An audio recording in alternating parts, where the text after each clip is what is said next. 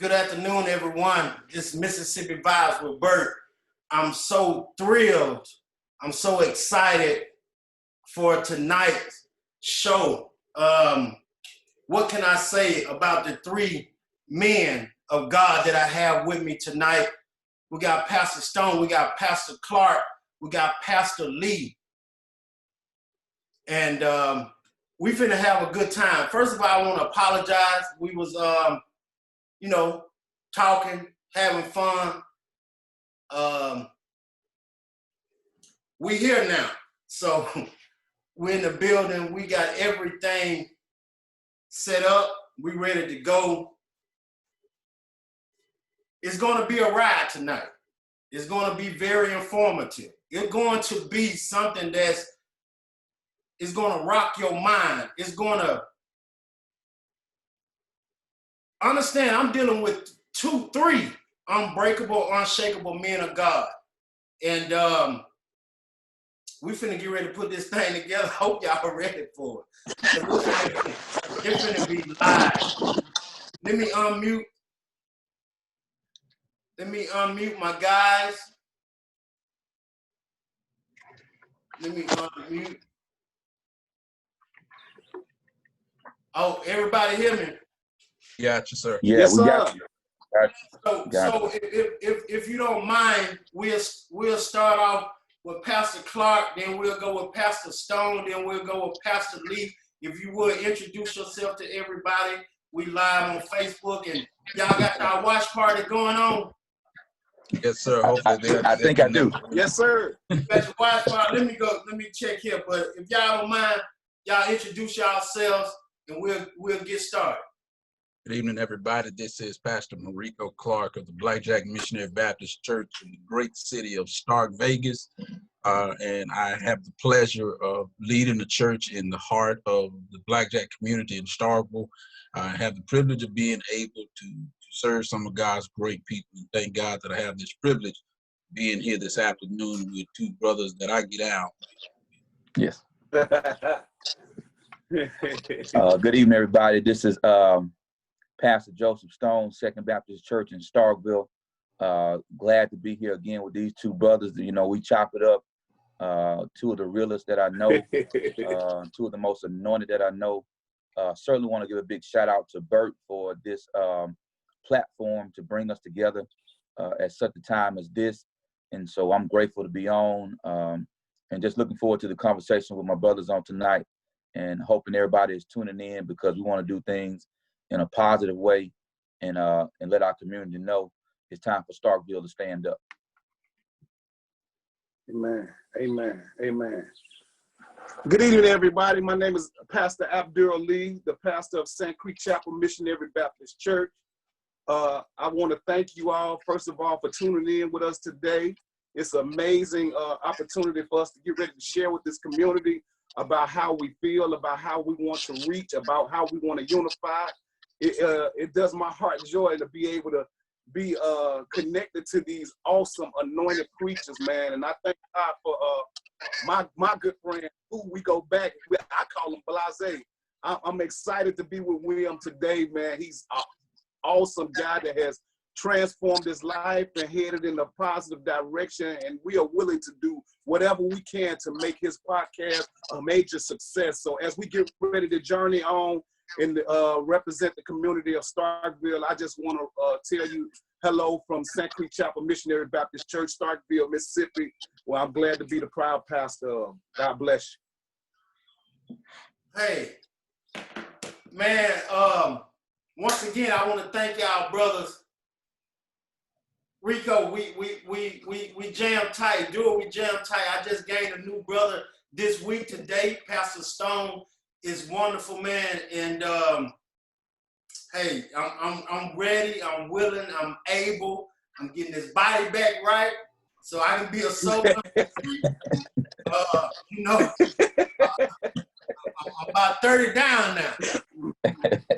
That's what's up, Pooh. Today, and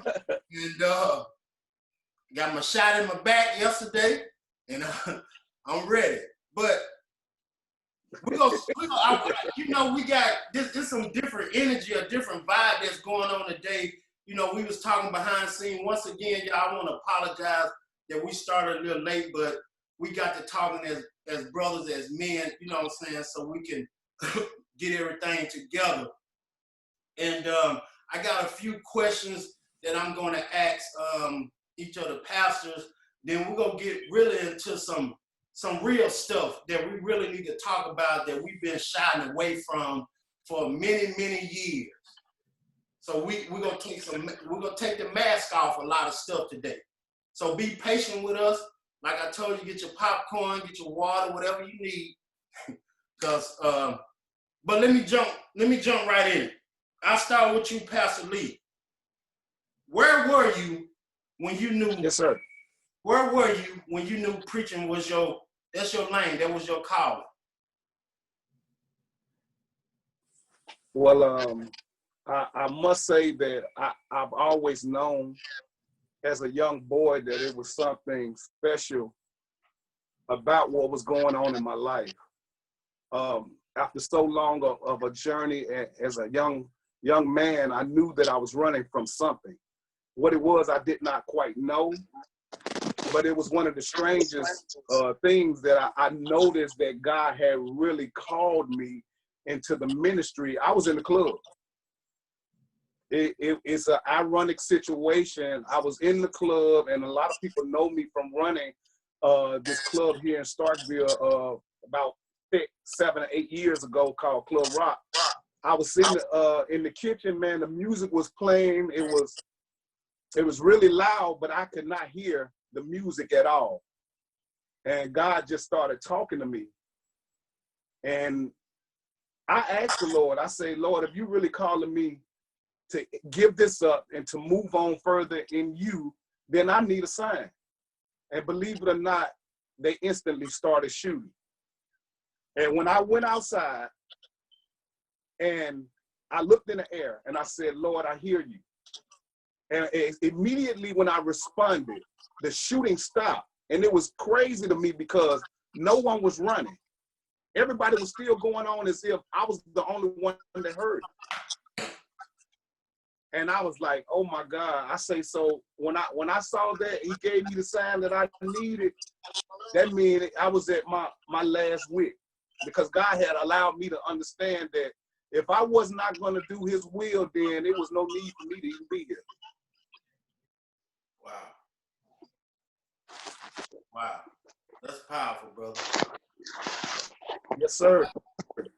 Pastor Clark, where were you when you knew preaching was your calling? Honestly, man, I knew from age 12. Coming up in a family where church was always a part of my life, I knew from age 12, but I spent the majority of my life trying to finesse God. What I mean by that is I grew up in church. I knew the church lingo, knew so many different things, but I tried my best to convince God that I'm not the one that you want. I spent the majority of my early years and even a part of my early adult years trying to convince God that this is not what you want me to do. I'm not the one. I did some things in my life trying to be slick and sly in areas that people who thought I was quiet, and I used that to my advantage to get away with some dirt. And it was as if God was telling me, no, I'm gonna wait till you get finished, but this is what I have you to do. So when I got to about the age of 21, I found myself submitting more and more to God. So I tried to, give God this thing. Okay, well, I'll serve over here, just as long as you don't call me to preach. And so I tried to be an usher at the church, and the Lord was like, no, that's not what I called you to do. I even tried to submit myself as a deacon at the church, and the Lord says, no, that's not what I called you to do. So around about age 23, when I found myself just really submitting to what God had called me to do. And what is amazing is the things that he showed me at age 12, 13, and 14, he's allowing me to see now. So I knew from age 12, but I spent the majority of my life trying to convince God that, no, you don't want this old boy to preach your gospel.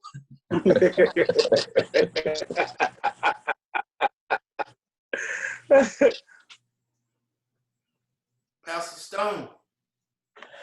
Wow, it's amazing because my story is pretty much similar to, Pastor Clark and Pastor Lee, in the sense that I knew from a very, kind of young age, there was something different, something about me that was, I wanted to be used, but like Pastor Clark, I'm like, nah, Lord, you don't want me. I'm, Southside Aberdeen, from the hood. I'm not perfect. I do stuff that,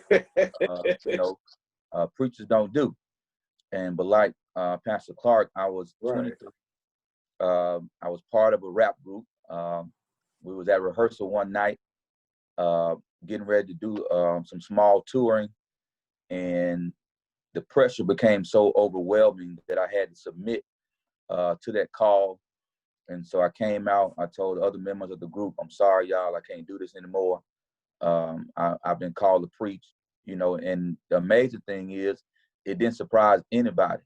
They kind of already knew that was part of who I was. Even the lyrics I was writing, the type of music that I was trying to be a part of, it was uplifting music. It was raw, but at the end of the day, I was trying to uplift people. So, but here I am, almost 25 years later, man. Still trying to walk this walk, talk this talk. Still not perfect, but what I've come to understand is God doesn't need perfect people to do His will, but He uses His will to fulfill imperfect people.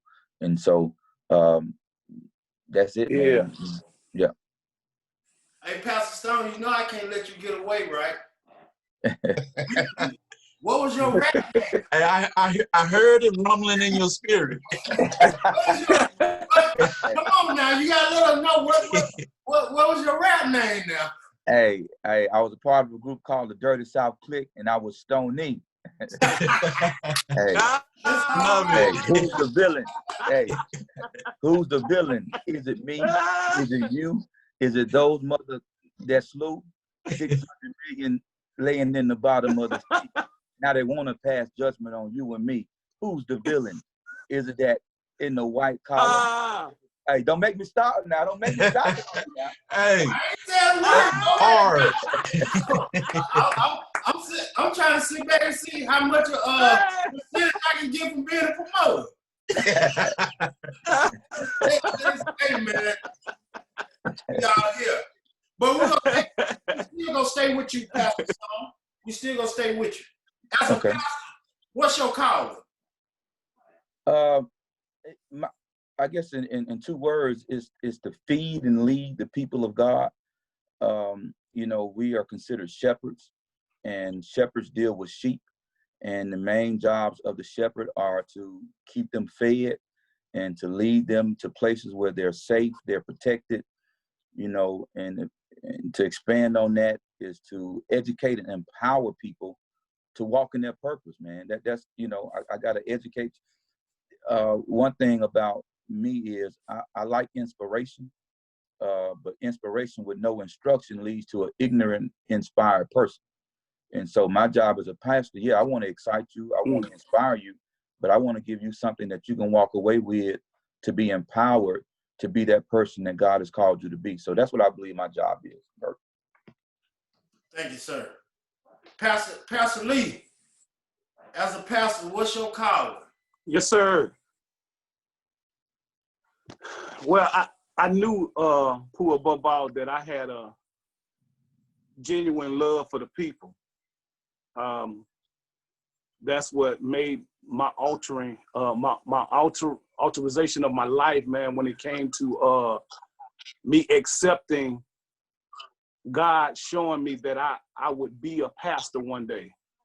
The genuine heart that I had and the love for the people. When to say this, Pooh, I just want to throw this out there, man. A lot of people, when they leave the street, something tragic happens when they run down to the altar, man, to come to Christ. But I can't say that it was like that for me. When I left the streets, it wasn't like I left the streets with something bad happening in my life. I left the streets that knowing that it was still all good with me out there. But the thing was, I understood that it was more for me to do in the ministry of God, that I was willing to sacrifice what I thought was good out here in the world to come into the fold and let God use me to my full potential. So I think that my overall is the outreach ministry along with my pastoring ability, and I have my own ministry when it comes to my youth. I dig deep and I take to the heart, man. It's called If He Did It For Me ministry. And it's something that I plan on pouring into the rest of the world, man. And that's got to be it for me. Pastor Rico, what's your calling, sir? One of the first areas that God has blessed me to be able to interact in is men. Growing up in a unconventional way of not having my father, my biological father, there with me. One of the areas that God has always pushed me into is to elevate men's thinking, their mindset, their mentalities, and their movements. God has also blessed me to be able to deal with our youth, because again, growing up in unconventional ways as a youth, I always had questions about what does this mean as it relates to the Bible? What does this mean as it relates to me using this? Overall, like Pastor Stone, my original plan for my life was to go and study to get an education to be an English literature professor, but not really understanding what God had for me. He pushed me into this area where I am now, teaching God's people to bring revelation from the Word of God and showing our people how to use this in their everyday life. So my actual calling is uplifting and encouraging to the body of Christ, to anybody that I come into contact with, whether it is a child, a adolescent, a teenager, a young adult, or even a senior citizen. Those are the areas that God has called me into: elevating men, elevating youth, and as well as just elevating the body of Christ best way that I can possibly. Okay, I appreciate it. I'm to the audience. I just want to say this. You know, I sent everybody some questions, and if y'all don't mind, that the questions that we can come back and ask them later. But this stuff that's burning inside of us, I think we need to get to the real stuff. What's tearing up our world today? You know, I apologize, people. I don't know. We'll come back at a later time and talk about some stuff. But we gotta go and get into what's really going on in the world today, and what has been on my heart all week that I'm afraid that will eventually hit Starkville, Mississippi, the Golden Triangle area. We all know we was born and raised in one of the racist states in the world. Y'all still live in that town. Most of our friends and family still live in Starkville, Mississippi. Our board of aldermen is filled with only two people that look like us. I met. So, hey, if y'all cool with that, Pastor Stone, Pastor Lee, Pastor Clark, let's go and get into some stuff that I really think that our people really need to hear, really need to get, and really need to get a clear understanding of why we coming together as 4 men, that we're going to add plenty more black men, old generation, new generations, and we finna start a movement that I don't think that they ready for, but you know, hey, I don't know what to tell them if they ain't. Y'all cool with that? Oh, yes, sir. Yes, sir. Let's do it. Let's do it. Cool. Let's do it. Oh, I love y'all.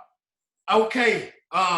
In the light of the current brutality, what do you feel God is telling you to do to assist in combating police prejudice and brutality within, our community? We'll start off with Pastor Clark.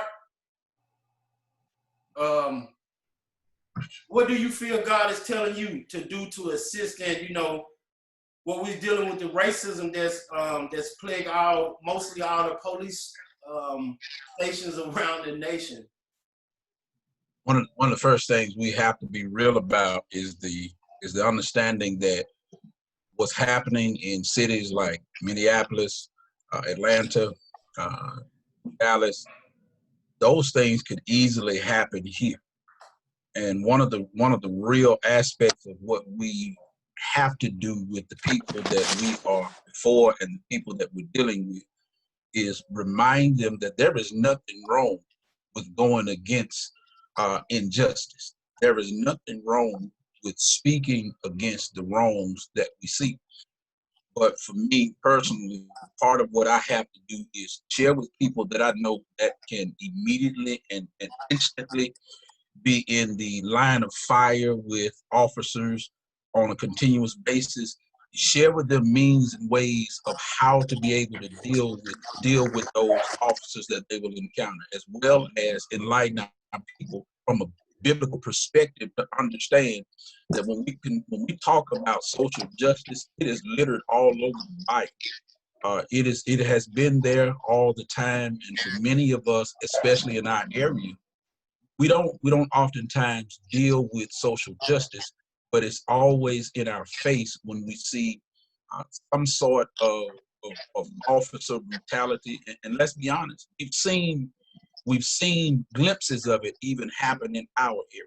As a matter of fact, right now as we speak, we're talking about a place in Columbus right now where the city could easily be looking like what we're seeing on CNN from Atlanta or even from Minneapolis.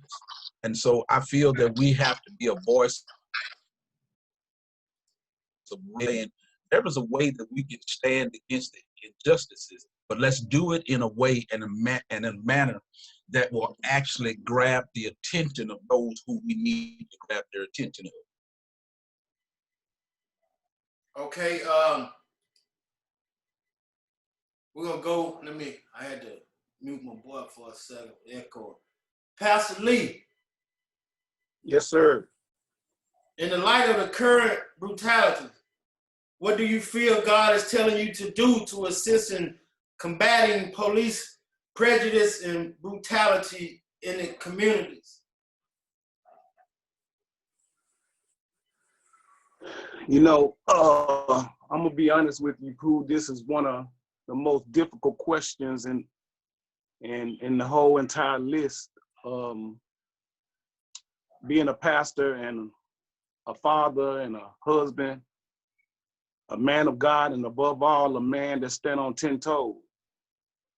To give a real godly answer versus trying to control my feelings is they really warn against one another. But above all, we have to trust the Lord. I say that with still allowing people to understand it's okay to feel the way that they feel. It's okay to feel the way that they feel, and to know that now is the time to organize, put together, be ready for when things like this occur, and when things like this happen, that we nip the problem in the bud and don't allow it to happen again. I see a lot of people talking and complaining about all the things that are happening as far as the burning of the city and things of that nature. And whether I agree with it or I don't agree, I see the reality of people finally being feeling like the problem has hit home. It's one thing to say you know how a person feels, but to actually look and see something on TV and visualize the fact that it could be me on that ground or one of my kids on that ground, that's when you really feel it at home. To say that the people are wrong for the way that they're reacting, and to see all of these things happening to innocent businesses being burned and things of that nature, and it seems like a simple, honest answer. All of the people are asking for is justice. All you have to do is basically do your job in prosecuting the people that use prejudice, manners of force, and things of that nature, and brutalize the black men nowadays and things of that nature.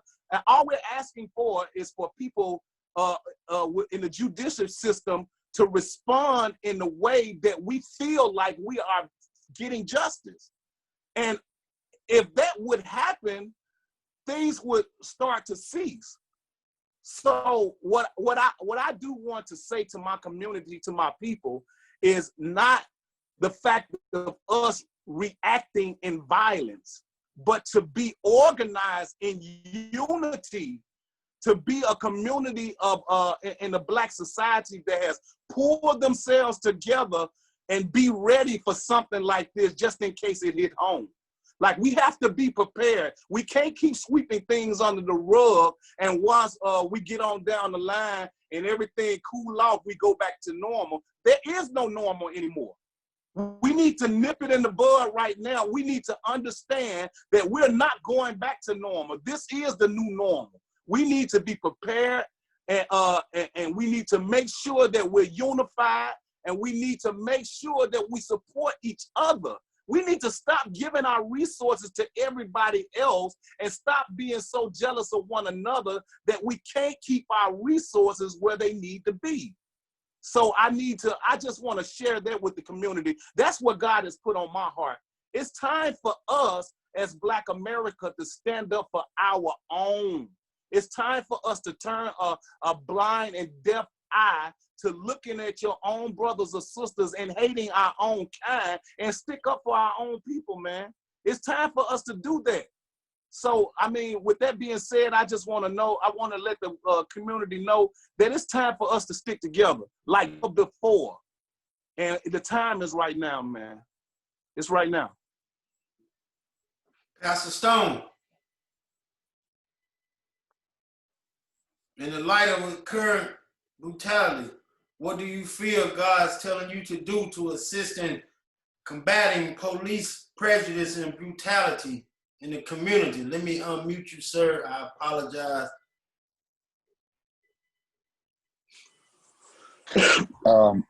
My thing is, man, just like, all you brothers and many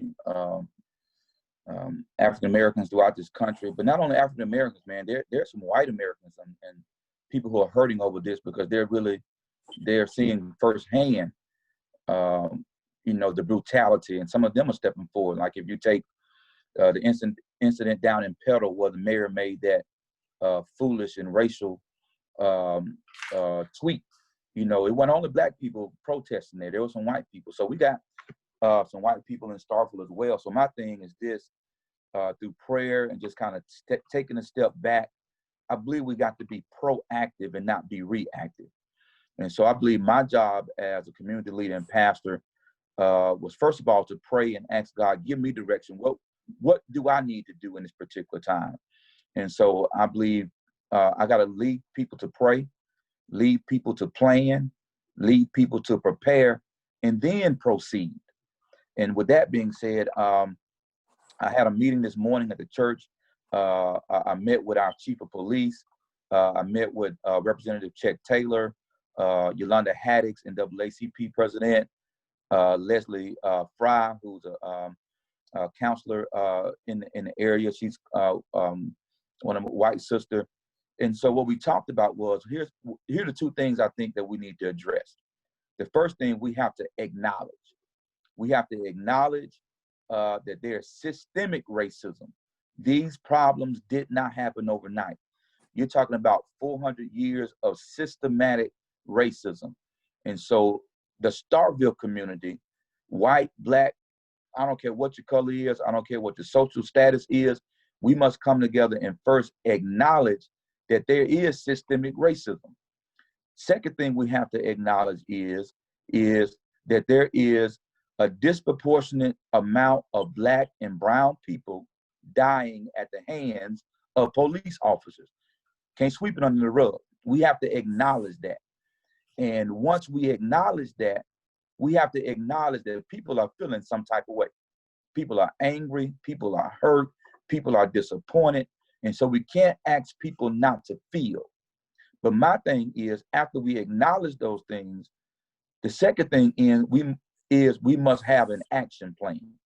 And so what we discussed this morning is we do need to demonstrate. There needs to be some demonstration because people need to have their voices heard. Dr. Martin Luther King Jr. said, and I'm paraphrasing, that riots are the voices of people that are the actions of people that hadn't been heard. So we need to provide a way for us to come together, to unify, to demonstrate, march, protest, whatever that is, but it has to be done in the right way. I made this post earlier.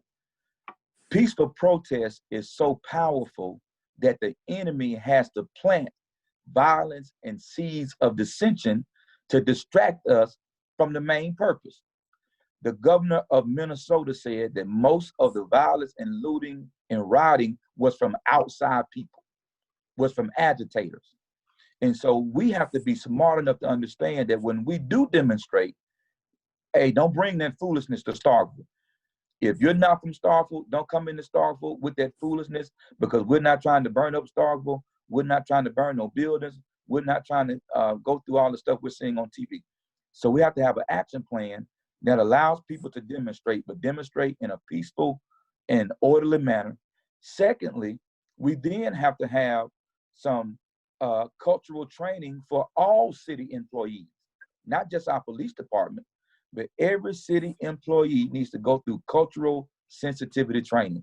Because if you don't understand where I came from, you don't understand my culture, you're not going to know how to respond to me. That same training needs to go to Mississippi State University. It needs to be in our public school systems, because many of our public schools are pipelines to prison for our young boys. Why? Because a lot of teachers do not know how to handle educating our young black men.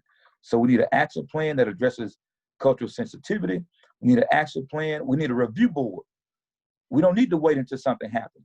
We need to have a community review board that meets consistently with our police department to bring up issues whereby we can be honest and say, let's deal with things before something arises. I believe Chief Ballard is following behind the footsteps of Chief Nichols, who laid the groundwork for community policing. I think Chief Ballard is a man that wants to get the job done, but he also brought us some things that our community needs to address. And so if we have a community review board made of citizens that can communicate with our police honestly and openly, then there can be some give and take. And so what we've done is on Sunday, tomorrow evening from 5:30 to 6:30 p.m. and Monday from 5:30 to 6:30 p.m., Representative Chet Taylor is going to be leading some training on how to demonstrate, why to demonstrate. Because if you go back to the civil rights movement, they didn't just up and hit the streets. They came, where did they come to? They came to the church. The church was a pivotal meeting place where training could take place, town hall meetings can take place. And so I know I have Pastor Clark on board. I know I have Pastor Lee on board. I know Dr. Ronnie Tucker from Mount Pelier. I'm going to be reaching out to some other pastors, because one of the things that came up today is, how do we get pastors together? So pastors will do it. And so I think we have to come together. We already have something moving. We're hashtagging it, Starkville Stand Up. So I don't care if you're white, black, green, red, yellow. I don't care if you're rich or poor. If you are tired of being sick and tired of what's going on in our community, meet me at Second Baptist Church, because it's not about me, not about my church. It's about Starkville. Let's stand up. Let's make something happen. Let's be proactive. Let's get ahead of this thing. and let's move forward to make our community a better community for all of us. Thank you, sir. So start. If I get interrupted and interject and piggyback off of something that Dr. Stone had just mentioned about us having that real conversation with even those in our community. Because yes, we see the brutality, but as he mentioned, that Chief Ballard mentioned that there are some things that we can do in our community or some issues that we need to address in our community.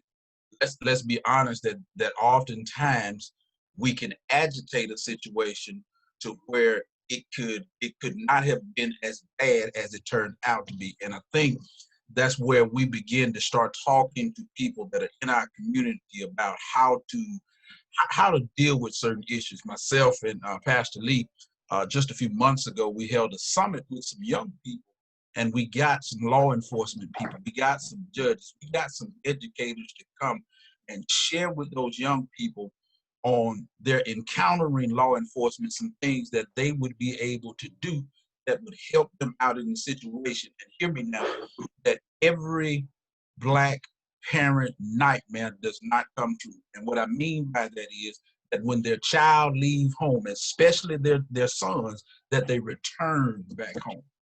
And so I think we got to have that real conversation with people in our community that, you know, every law enforcement officer is not out to get you. There are some who do want to help you, but we cannot ignore the fact that there are some crooked law enforcement officers that are out there. Yes, sir. Thank you, Pastor Stone and Pastor Clark, for that. So I just I'm going to piggyback what Pastor Stone said. Tomorrow, 5:30 to 6:30 p.m., be at Second Baptist Church. Whatever you probably have in your heart or whatever misconception you probably have about Second Baptist, Pastor Stone, let's take that out. Let's take it out the equation.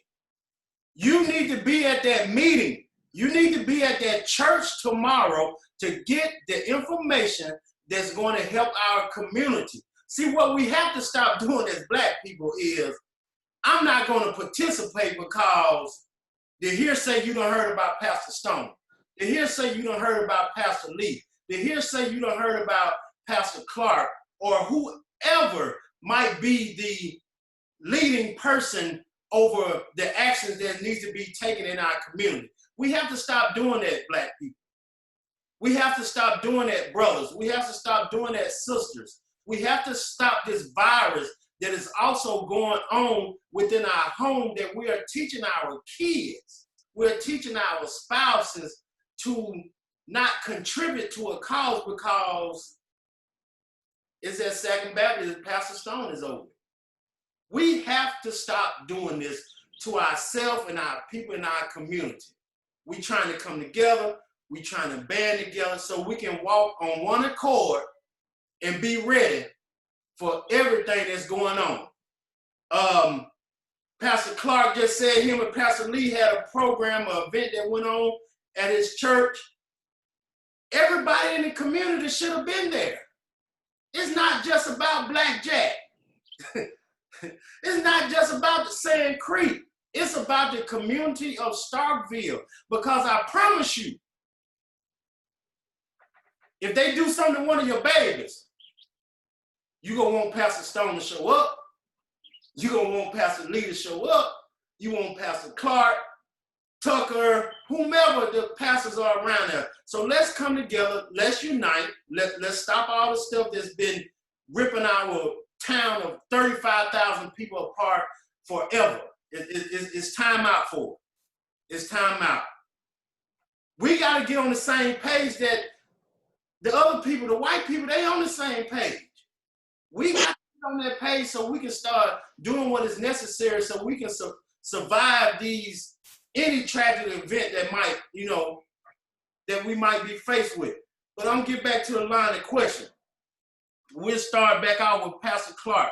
With a lot of violence and racism towards people of color, what role should the pastors in the Black community play? I believe that the church as a whole, especially the Black church has to be in the forefront on dealing with any racial tensions that happen.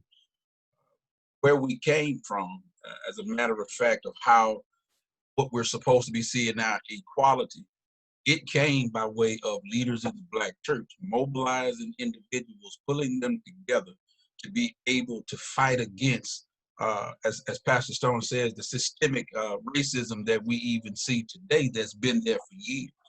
So for us in the Black church, we cannot shy away from that role. And I can honestly say that for myself, early on in ministry, I never wanted to touch the issues in the areas of social justice because I didn't want to rock the boat per se. I didn't want to make it seem as if my preaching was consistent with issues that we keep seeing and leaving the gospel out. But as I continue to grow in the gospel and come to understand that it's littered throughout the Bible that God fought on the behalf of his people.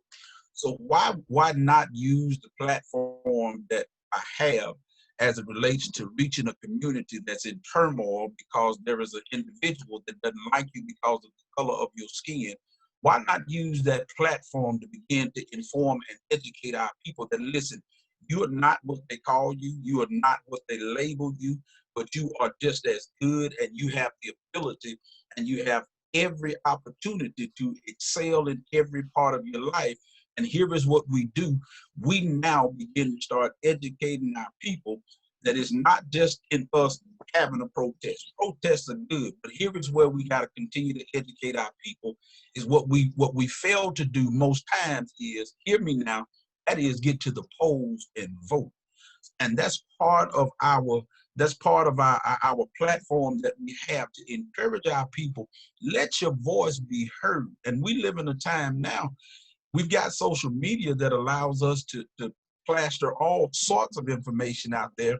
But one of the most important areas that we don't use as often as a Black community is the ballot box. And we've got to begin to start pushing our people to use that voice along with protest. We got to encourage our people to continue to raise up your voice when there are injustices that are happening, whether it's a grocery store, whether it's in our school, regardless of where it is. We got the platform of the church because, to be honest with you, for every community, they're connected to a church, regardless of where it is. So if we as the church fail to take that platform and share with our community, especially the people that we have the privilege of talking to on a regular basis, if we fail to do that, we're failing literally the call of the gospel. Pastor Stone. I concur with Pastor Clark, man. It's, for the African American community, much of the progress that has been made in this country, the church was the center of that progress. We were the meeting place. We were the place where people gathered to get trained to demonstrate. We were the place where they registered to vote. We were the place where they held town hall meetings. And we have to get back to that. And you said something very important too, Brother Burt, is that it has to get back to a point where people have to, we have to quit downing each other. I think my record of being the pastor of Second Baptist Church for 10 years, I've been in Starkville, speaks for itself. I think what I have done in Starkville as a leader speaks for itself. So whatever anybody has to say negative about me, yeah, it's water on the duck's back, because what I'm here to do is make a positive impact and a positive difference. And so the church can be a driving force behind that. And so that's one of the reasons why I'm not hesitant about using Second Baptist to be that place. And it's not about me being a leader of the movement. It's about providing that space and that opportunity. And all I'm trying to do is facilitate, because one thing I've learned in growing in my leadership is it's easy to talk about it, but it's a whole lot harder to be about it. And so for me, and what I try to do is encourage people is, and the psalmist talks about fret not. And fret is emotional strain. And African Americans are under emotional strain. But he says, fret not. And three things I learned from that psalm, and I just taught this in my Wednesday night Bible class, is it teaches us to be patient. And a lot of us have a hard time being that. You just can't move and act out of frustration, because sometimes you'll make moves that you'll regret later. So we have to be patient, and in being patient, then we can plan. Killer Mike, the Atlanta hip hop artist, if you haven't heard what he said in the news conference for Atlanta, he hit it on the head. He said, look, burning and looting is not doing us any good. We need to go sit down somewhere. We need to go get our minds together. We need to prepare and plot. And just like Pastor Clark said, he said, we have to use our voting power. You know, we got to use our voting power. And so as a pastor, my job is, again, bring people together, teach my people to be patient, to be positive, and then let's move forward in progress. Pastor Lee. Yes, sir. With all the violence and the racism. I just think, man, as pastor. Go ahead, sir. I apologize. Go ahead, Pooh. I'm sorry. Go ahead. No, I'm saying go ahead and repeat the question so the viewers will hear it again also. Okay. With a lot of violence and racism towards people of color, what role should the pastors in the community play?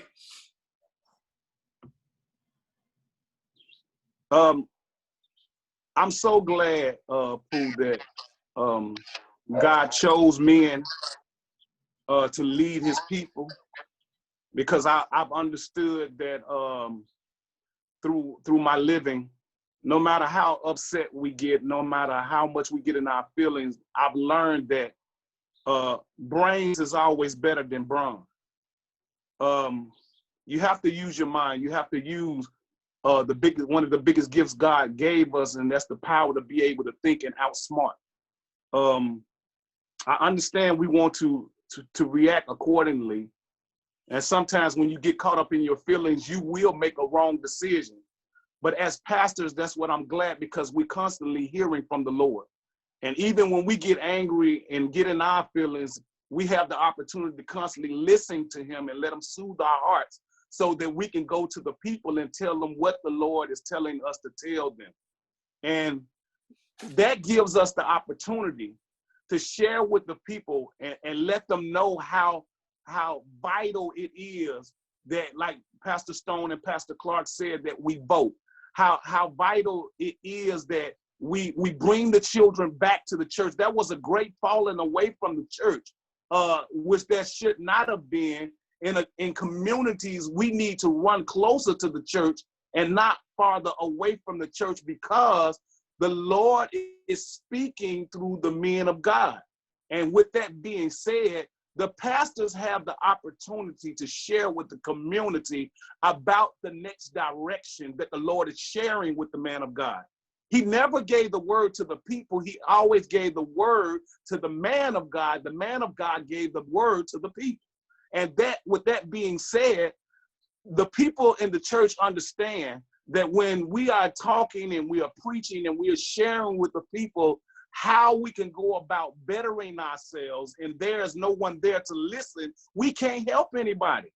That's why it's vital that we use the church as the platform to be able to share with the community the next direction, the next response, how we can go about getting over, how we can go about using our minds and our brains and our ink pens instead of using our fists and our guns in order to react according to serious issues. There are other ways to hurt people more than using your fist or your guns that are far more powerful than your fist or your gun. And I just thank God that he can use the men that he has delegated to be over his churches, so we can share with the community which direction we need to head in that can be more powerful than the reaction that's in the heart. So I think that that's one thing that he can use the church for, as a platform to share with the people about getting something done that's going to be more productive. Thank you, sir.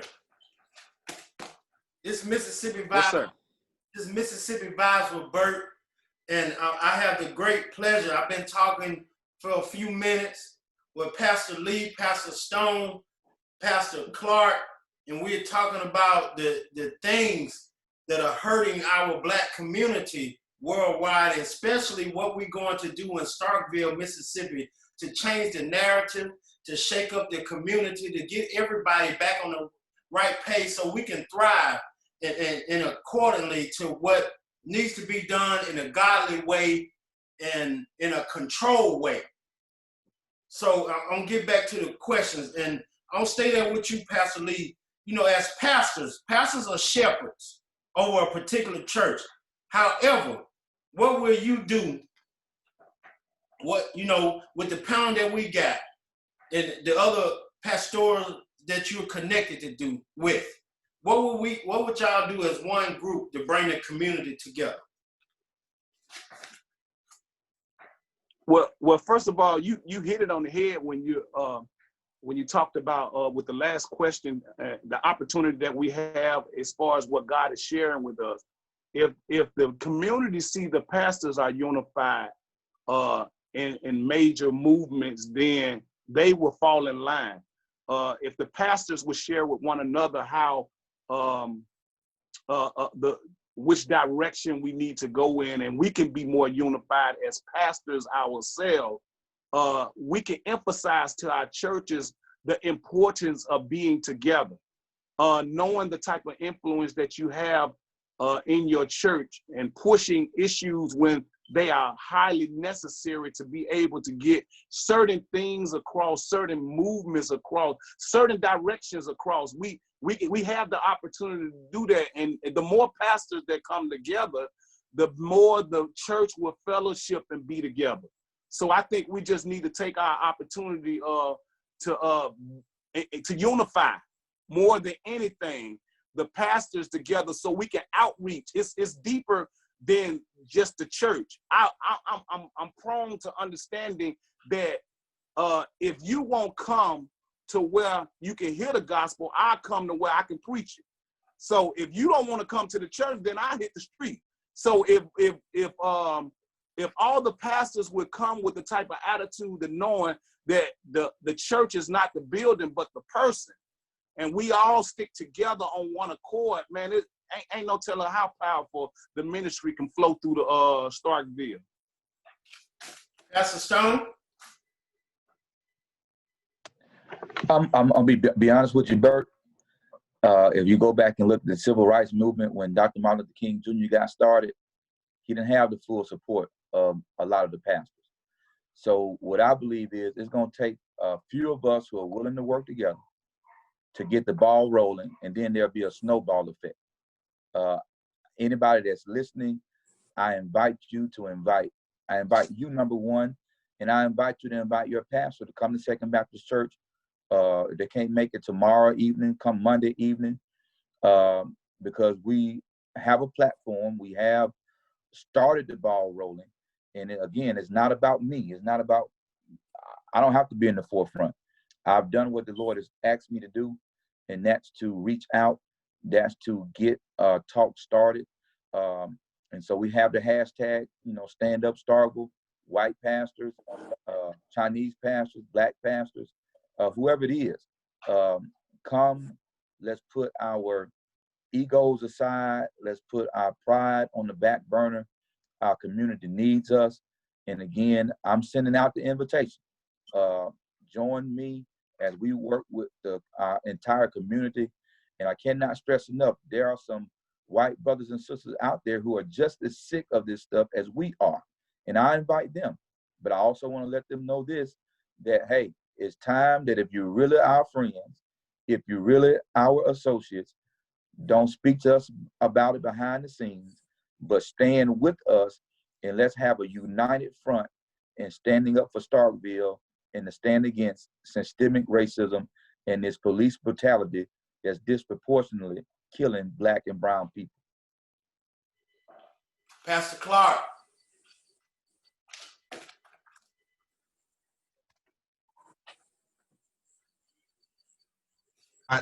The thing is just simply what has already been said.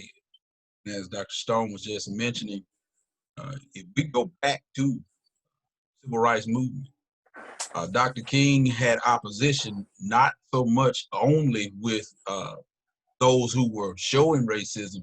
He had opposition within his own race, those who did not want him to proverbially, rock the boat. And that's the thing for us. And I can say this from one of my mentors, shared with me when I began ministry. He said, dare to be unique. And that's the thing for those of us, because for those of us who have a heart for our community, who have a heart for people getting better, who have a heart for seeing the area in which we serve in to come up, we're not going to always be fashionable for those who want to who want to be doing church as usual, want to give 3 points a poem and a hoop and keep rolling on. So when we're in this area where we are now, we have to go with who's willing to go with us. Matter of fact, it almost sounds like I'm preaching now. In old saints would sing a song that I'll go if I have to go all by myself. And that's the mentality that we have to have, that when we see an injustice, speak against the injustice. When we see some things that are happening, be willing to step out and be the one that shines light on what's happening. And myself, Pastor Lee and Pastor Stone are three individuals that we don't mind beating the path to be able to go out and make the church visible, because here's the thing that we've got to see in this day and time. It's been enough of people staying within the four walls of the church, talking about Christ, but not sharing the love of Christ with everybody that's out there. Because the truth of the matter is, every white person is not against every black person. Every black person is not non-racist. And the truth of the matter is, we've got to be that voice of reason to be able to pull our community together the best way that we can with whomever is willing to go along with us on that particular ride of making sure that unity is actually seen. Thank you, sir. Pastor Lee. Yes, sir. If and when violence from the police officers hit our own community, what's the plan moving forward to show a united front?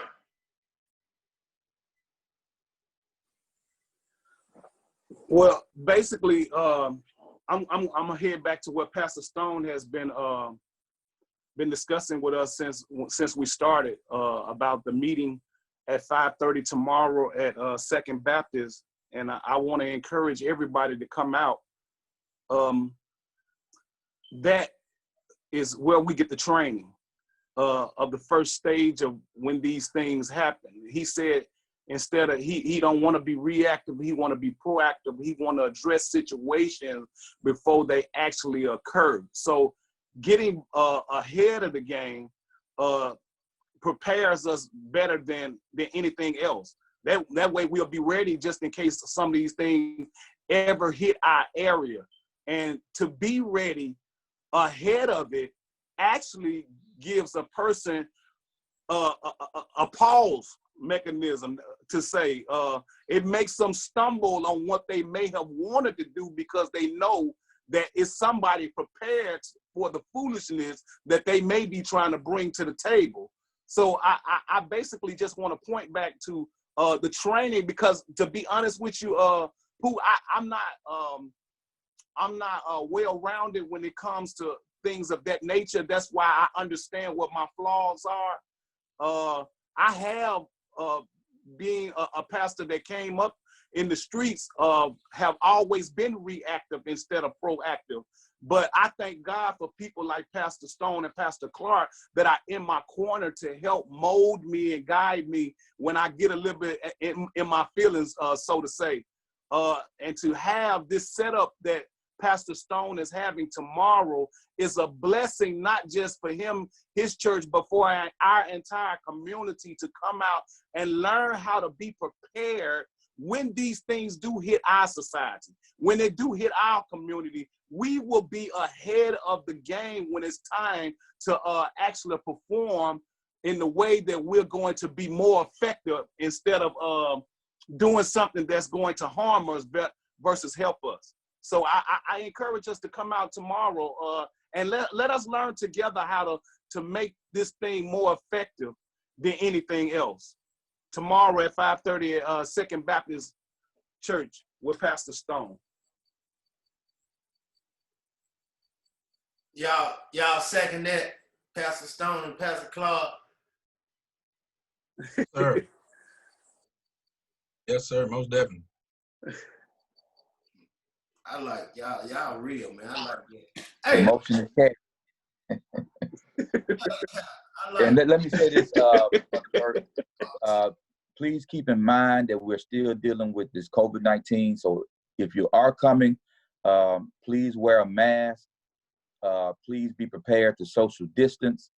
You know, we still want to be careful because, you know, that is hitting our community harder than any other community. So we want to be wise in that as well. So we will observe CDC guidelines. So if you do come to the meeting, if you don't have a mask, we'll have someone there to provide a mask for you. We'll have hand sanitizer. Again, be prepared to social distance because, again, we cannot forget that COVID-19 is a silent killer, and we want to make sure that we do things in a safe and orderly manner. So I just want to continue to put that out there. If you do plan to come to the meeting, please wear a mask. We'll have some masks available. We'll hand sanitize. We'll social distance.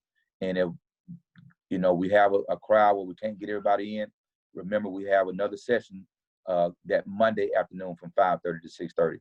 But again, we want to plan, prepare, and be proactive. And my hope is if we do the right thing now, it will send a message. If there's a cop that's even thinking about it, and he knows that we are already have a group that's willing to stand, hopefully it will deter them.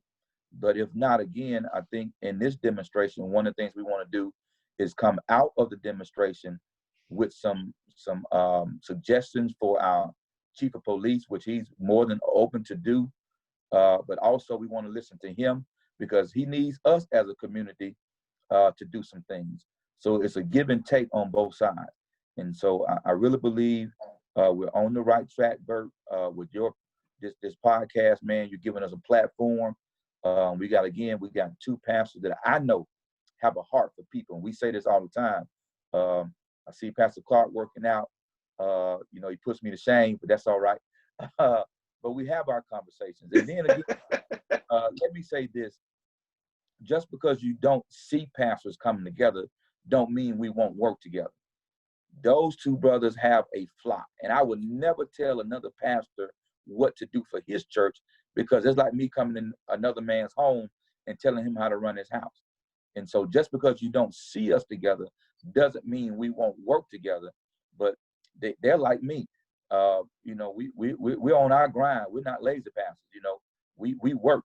You know, we get up and we're about our business. So again, just want to put that out there to say that just because you don't see us together doesn't mean we won't work together. And again, these two brothers have already said they're supporting what's going on for Starkville Stand Up. Again, Pastor Ronnie Tucker. Again, I invite people that are listening, call your pastor. It's open to everybody. And so again, we just want to bring Starkville community together. We want to stand up together against system, and I'm making this clear. We're standing up against systemic racism, and we're standing up against the disproportionate numbers of Black and brown people who are dying at the hands of crooked cops. Yes, sir. Well, y'all working together now, Pastor Stone. They see you. Yes, sir. They see you rolling together now, so they can't talk about y'all work together. Y'all rolling now. So that's what we do on Mississippi Bible Work. We bring people together. We'll go address some issues. We'll talk about some topics that people have been running away from for years. Yes, so sir. We live and we in your face now. But you know, it's crazy. It's two of the deadliest diseases in America: COVID-19 and racism. And people, please do not go to Second Baptist. Yes, sir. Please do not go to Second Baptist tomorrow trying to hug everybody. You can't be kissing on nobody. The man done told you to bring your mask, Oh, no. gloves, and if you got a temperature over 99, please stay your black butt at home. We will send you a message what the meeting is about. Don't you go out there and get them folks up there sick now. Preach, Bert, preach. Don't walk up there. Hey, y'all can't see me, but I'm on my Hammond organ right now. His bird is in his hoop. Don't y'all not go to Second Baptist Church now. Come out. Pastor Stone told me to come up here. He said if you healthy, you come with a mask, some gloves, and social distance. That's 6 feet. And if not enough room, we're going to put a speaker outside so you can hear them talk. And then we're going to have another meeting. You can come back and get the information. Or Wednesday, your pastor will relate the message to you through his Bible study. Because I know everybody on here hold a Bible study virtually. You'll get the information. We don't want no excuses. We got to be prepared. Hey, another thing I always talk about, my brother. You know, another way that we can stop a lot of injustice, racism, I think we got to start hitting them in the pocket. We got to start hitting the people in the pocket. You know, I read a lot, and you know, they call black people liquid money. You know what I'm saying? So Pastor Clark, what they say, you know, most of everybody get paid on a Friday. You know, either bi-weekly or weekly, right? So they say with the black people, we spend 70 to 75% of our check before we get up and get dressed to go to a church. 75% of our money that you don't work 40 to 80 hours for, we go and spend 75% in that and give it to the white man, the Asians, all them different races. I can't remember all them, but anyway. What is powerful about that is that history proves that. Right. If we go back and we research civil rights movement, go back and search when Miss Rosa Parks was asked to get off of the bus in Alabama. Go back and research what was asked after that happened, that the leaders called for a boycott, that it was so effective from the Black community not riding the bus. It caused them to change how they operate. What that says to our community is our Black community has buying power.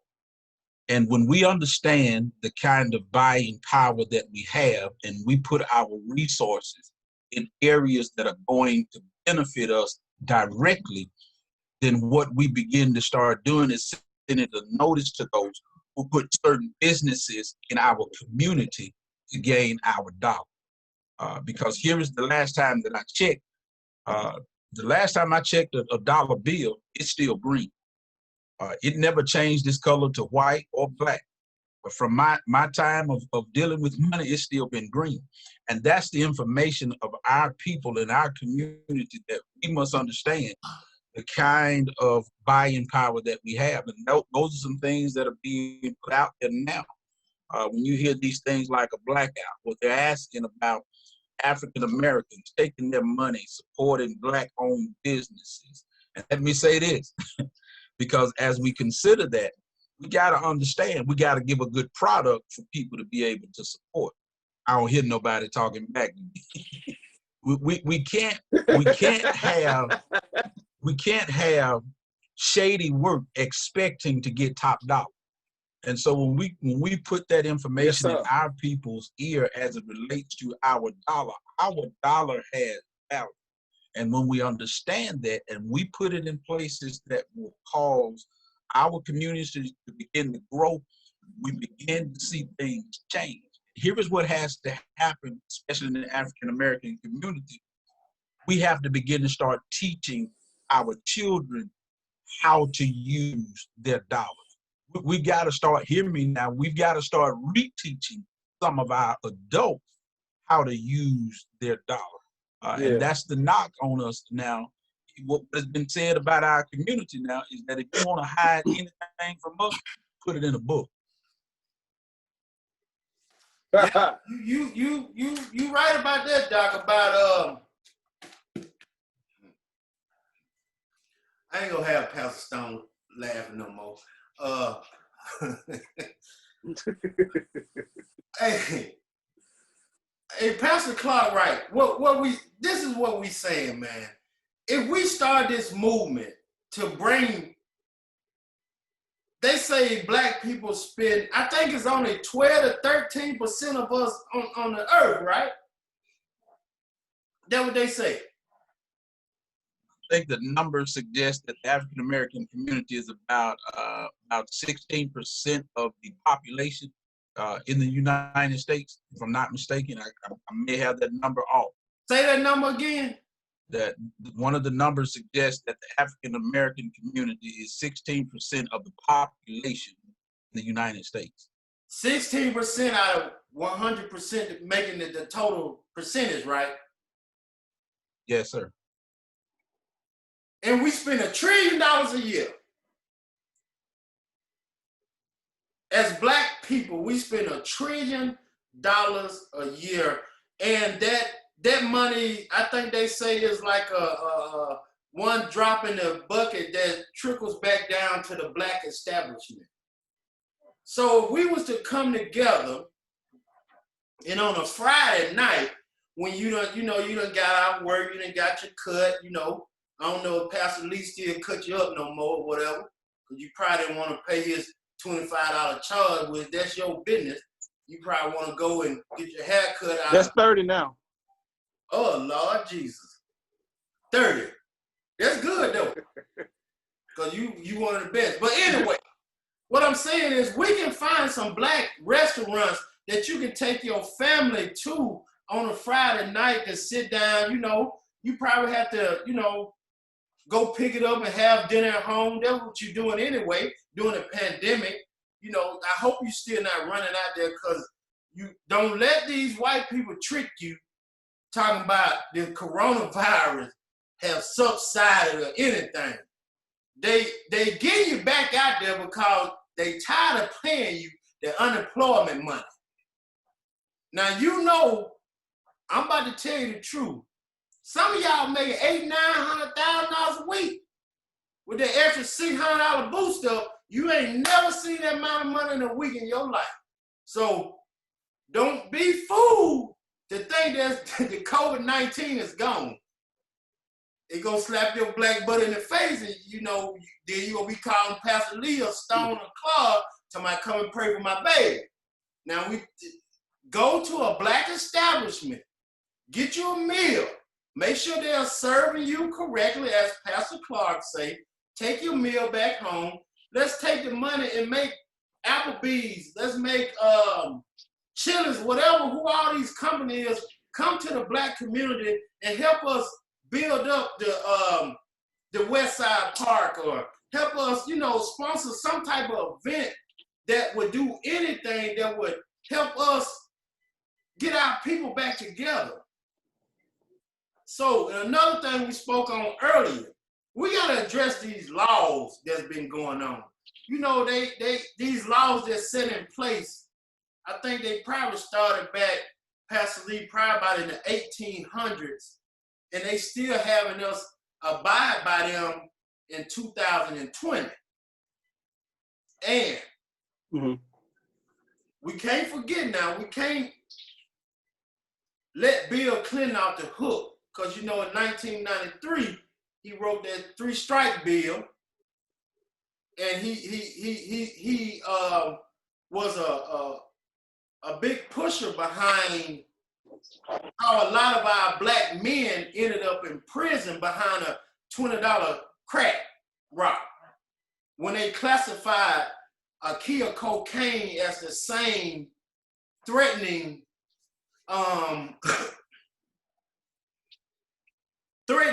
if you sell a $20 rock, that's just like me traveling with a kilo of cocaine that you are actually putting yourself in a position that you'll be taken away from your kids and family for a possibility of 10 to 20 to 30 years. Or I got an option for you. Can you tell me who the neighborhood drug dealer is? So instead of putting my family in jeopardy of losing me with these laws meaning that we have to come together as a group and to get the right people in office to address the laws that is taking away our Black men from our families. What's your thought on that, Pastor Lee, and the laws that we're dealing with? Well, believe it or not, what Pastor Clark was talking about is the way to address everything. And I'm gonna say that to say this. I never forget, just a little while back here before we got quarantined, I was on the boat. And I was talking to this foreigner, and he was from one of these countries that soccer is their football. And I thought he was a Russian, but he was from some Serbia, something like that. But whatever country he was from, he was telling me how different they were from the American people. He said to me that when they want to get something done from the government, they stop spending their money. They said everybody, they had a coalition of 12 men that will form a vast amount of people, that they would listen to these 12 men, whatever they say would go. And they will follow the instructions of these men. And when it's all said and done, whatever they wanted to get from the government, they could get it done because they did not support anything that they had going on. And that's what I was talking about, is brains over brawn. Whenever you want to get something from the government, if you stop spending your money with them, they will listen to whatever you have to say, whether you know it or not. And that's what our people have to be educated about. When we want to get things done, to not spend our money with them will make them listen to what we have to say.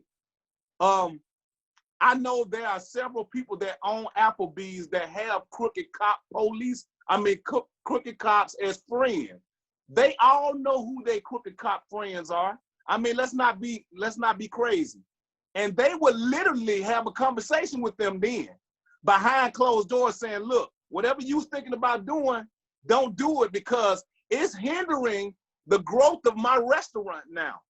These people are no longer spending their money anymore, and we can't grow anymore. That means we're not feeding our families anymore because of the foolishness that you all are doing on the outside. So we have to learn how to let our resources, our ink pens speak for themselves. We are some of the biggest consumers on the face of this earth. We are some of the most wasteful people on the face of this earth, and we do not know how to let our money work for us. And I'm going on right now, as you get ready to go on to Pastor Stone, I'm getting ready right now to mentor some young guys that were street guys, just like me, into making a corporate decision with their lives, how to turn the street fame into a corporate fame. And that's the things that I've been working on since I've been in quarantine.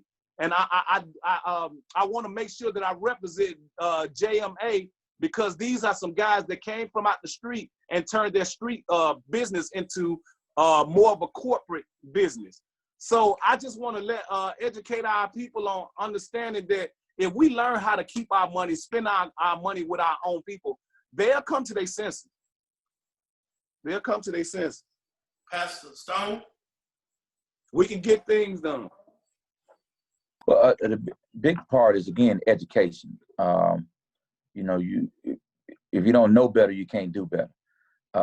I know as for me, I didn't come up with money. we were, poor, didn't know we were poor.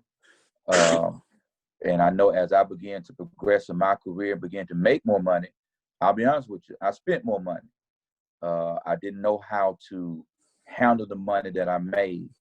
And so now what I'm doing is I'm educating, my children. My wife and I had a discussion with our baby girl, hey, you got to learn how to save. So we're trying to turn that thing around and break that generational curse, because I believe the truth be told, most of us are doing better than our grandparents ever did. Most of us are doing better than our parents ever did. But if you did not come up in a household, though, that knew about money management, you really don't know how to manage money. And so, again, I want to go back to the church. The church can be that place. If our memberships allow us to lead and partner with their pastor, in many instances, we can have programs and have tools at our church that could help our memberships. I'm sure, like my church, I have everything within my church that I need to get almost anything done. I have somebody that works at the bank. I have someone that sells insurance as a financial planner. And so what has to happen on the inside of the church, we have to be able to have people that can catch the vision and understand that church isn't just to make members comfortable, but church is to move the kingdom forward. And as being kingdom-minded people, we have to learn how to be good stewards over the things that God has given us. And so if we can get pastoring people to partner together within the church, there are a lot of things that we can do outside of the church to make some things happen. Now, on a personal level, again, the people that know me know, if I see any young person or any African American that's doing business and trying to get started, and if it's something that I can purchase or do, I'm going to do it. Matter of fact, the T-shirt I'm wearing today, please, I can't breathe. This T-shirt was made by brother DJ Howard. You may have seen some of his work on Facebook. I support other people who make T-shirts. People that have made masks, that are making masks now. I try to sow into people that I see that are trying to do the right thing, because I know if I sow into you, that will be a benefit to my community. It'll be a benefit to me. And so again, we have to be strategic and intentional. And I think that we're not strategic and intentional enough.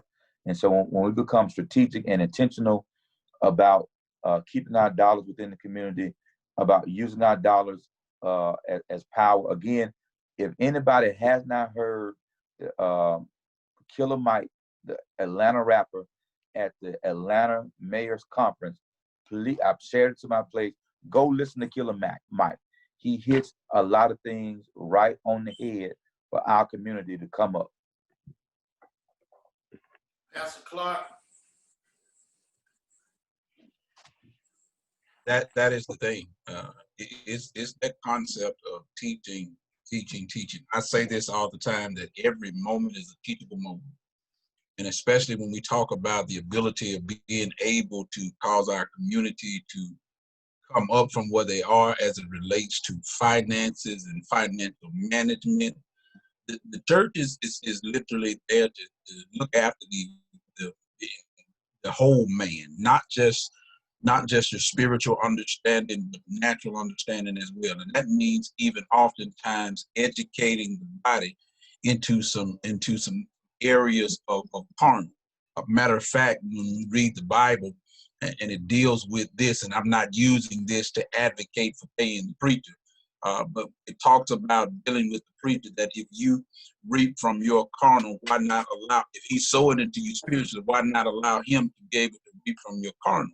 And I use that as an example to help us to understand that as leaders in the church, we've got that responsibility of educating our body over the entire scope of their life. Being able to understand the scriptures, how to apply those scriptures to make them relevant to your time now, as well as being able to teach some financial management in the church, because truthfully and honestly, many of us do not know how to manage money. And for many of us that have learned, we've had to learn it the hard way. So why not us as the church begin to start educating our people about that financial power, financial buying power that we have as African Americans. I like y'all brothers, man. Y'all something else. Well, I tell you, look.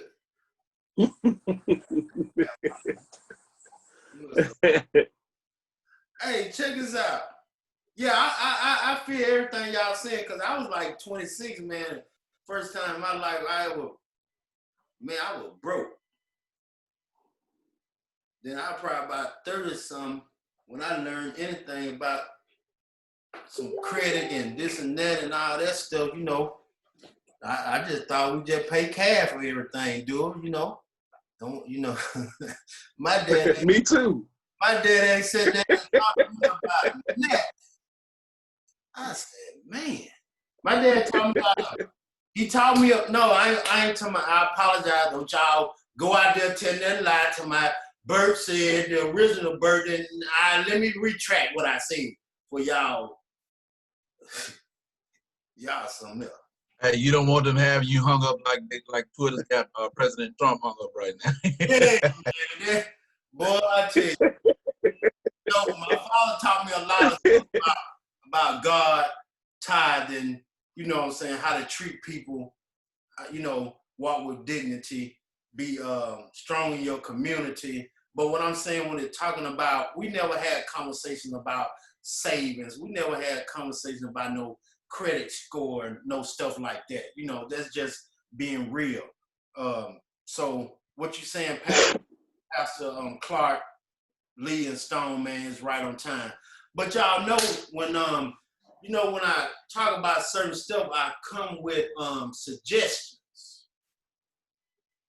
And I got a suggestion for y'all, and you know, y'all can pass it on to y'all other pastors, brethren, and stuff, and see, you know, it's just a suggestion that, you know, it probably work. It probably be able to help bring the community together and form a strong bond and build our men back up. So can I talk about the suggestion with y'all three pastors, if y'all don't mind? Can y'all give me that moment to talk with y'all? Hey, this Mississippi Vibes with Bert Roberts. Yes, sir. Thank you, I appreciate it, sir. Make it happen. Hey, Rico, Pastor Lee, Pastor Clark, Pastor Stone. We're gonna call this thing. I know Rico, Pastor Clark, I apologize. I know you got your pen. You know, you'll take notes and pass them on to Pastor Lee. He ain't got nothing to write with. But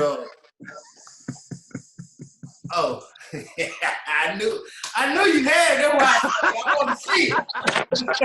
I want to see it. Hey, check this out. This is what we're gonna do. Hey, Pooh. Hey, Pooh. I ain't no street thug no more, man. I gotta keep a pen, man.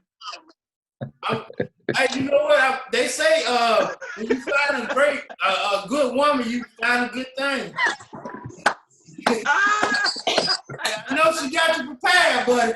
Proverbs 18:22. You know it. I already know she got you prepared. Thank you, First Lady Lee. Hey, we know she in the background. We already know she in the background. Right. You know she keep me right, man. She keep me right. I don't know. Hey, we're gonna call this thing Old Black. What Old Black? What it stands for? The operation to bring leaders amongst the community knowledge. This is a program that will teach our men from the age of 7 on up to, you know, grown men, grandfathers, whatever. And when I say leaders, because every man has to be able to lead his household and the community. So this is how we can set this thing up. Every Monday or whichever day y'all choose as pastors, you can lead it yourself, or if you have a associate pastor to lead the group. Every man of your congregation will be asked to attend each Monday with a guest or two And remember, this meeting is only for men. During this meeting, it will give men time to talk freely about anything in life, such as problems, community information. We're going to teach credit, how the financial system go on, the rule of 72, the rule of 72. We're going to talk about how to build men up. We're going to teach single men how to become husband and walk with dignity. We're going to teach them how to carry themselves in the home and outside the home while they're in the community. We're going to teach men how to love on each other. We're going to basically give men a platform where they can come within the church.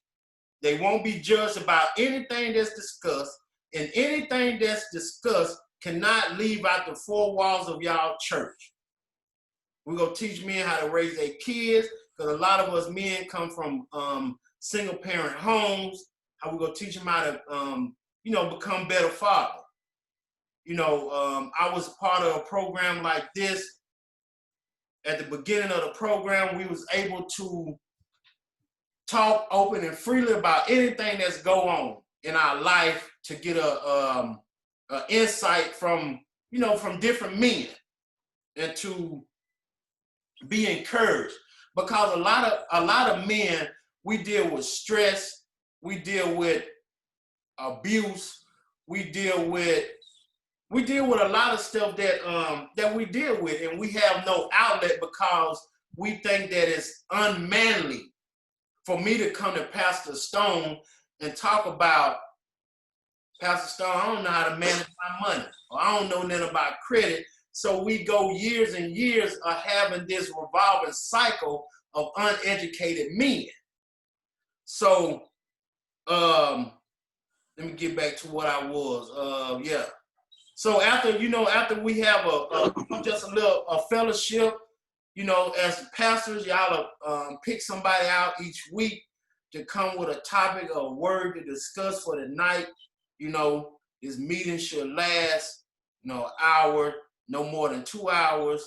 We always, also what we did on once every Saturday, we will get together and go out and we'll hit the streets and go to different communities to invite men to come in and, turn their life back over to God. And so I think it'll be a great thing that we can start in our community in Starkville, that we have a meeting to we call it Old Black. We bring, or y'all can name it whatever you want to name it.